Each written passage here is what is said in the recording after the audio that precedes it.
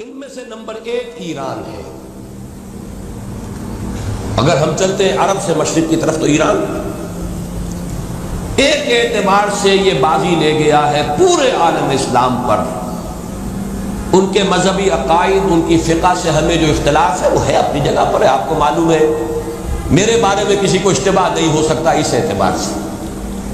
میری جس درجے دشمنی رکھی گئی ہے، جس طرح میرے سر کا جو ہے مطالبہ ہوتا تھا، 2 ہی آدمی تھے پاکستان میں کہ جن کے سر مانگے گئے، ایک کراچی کے وہ شاہ ولی الدین صاحب اور ایک میں، تو اس حوالے سے وہ اپنی جگہ پر اختلاف ہے، لیکن اس حقیقت کا اعتراف کیے بغیر نہیں رہا جا سکتا پورے عالم اسلام میں یہ واحد مسلمان ملک ہے جس نے بہرحال اپنی شریعت، اپنے عقائد کے مطابق ایک مذہبی انقلاب برپا کیا، اور پورے عالم اسلام میں مذہبی سطح پر حکومت کی سطح پر فنڈامنٹلسٹ صرف ایک ملک ہے، یا دوسرا جو ہے تھوڑا سا وہ ہے سوڈان، لیکن اس کی اہمیت اس لیے نہیں کہ وہ کسی عوامی انقلاب سے نہیں بنا، بلکہ وہ تو فوجی انقلاب سے شکل بنی ہے جو بھی بنی ہے۔ اللہ کرے اس میں استقامت ہو، اس سے یقینی کوئی نتیجہ برآمد ہو جائے۔ خبریں بھی اچھی آ رہی ہیں، لیکن میں تو دنیا کا جو پرسپیکٹو ہے اس کے حوالے سے عرض کر رہا ہوں کہ اس پہلو سے ایران ان کا ٹارگٹ ہے، ٹارگٹ نمبر 1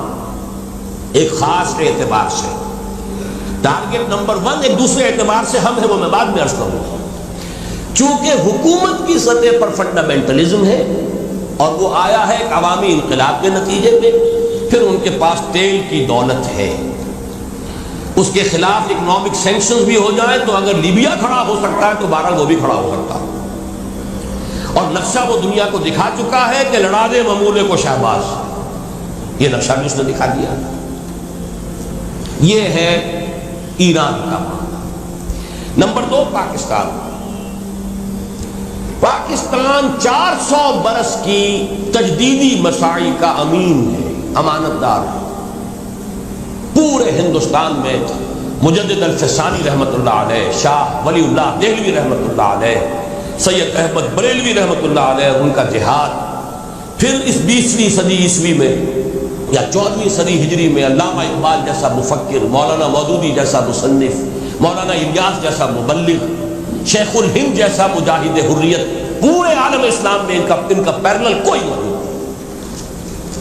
یہ 400 سال کی تاریخ ہے، اس کی امانت اور اس کے نتیجے میں یہاں کے مڈل کلاس میں فنڈامنٹلزم کا ایک نیوکلیس ہے،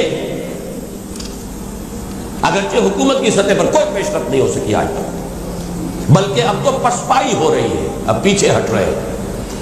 وہ ہمارے ان سیاسی جو بھی زعماء ہیں، جو جماعتیں ہیں، ان کی غلطی اور الیکشن ہی کو واحد میدان بنا کر اس کے اندر اپنا سارا وقت و توانائی اور قوتیں ضائع کر دینا، یہ ہے در حقیقت جس کا کہ یہ صدا مل رہی ہے کہ اس اعتبار سے تو پسپائی کی طرف ہے معاملہ، کسی پیش رفت کی طرف نہیں ہے۔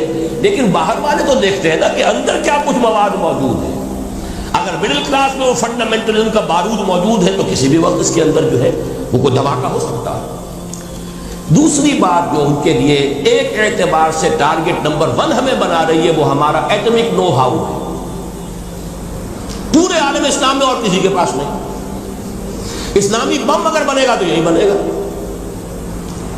یہ ہے مختلف اسباب جس کے بنا پر ایران اور پاکستان کو آپ بریکٹ کر لیجئے، یہ اس نیو ورلڈ آرڈر یا آج کی میری گفتگو کے حوالے سے یہودی اور عیسائی گٹھ جوڑ کا جو ٹارگٹ نمبر 1 ہے، ایک اعتبار سے ایران ہے، ایک اعتبار سے پاکستان۔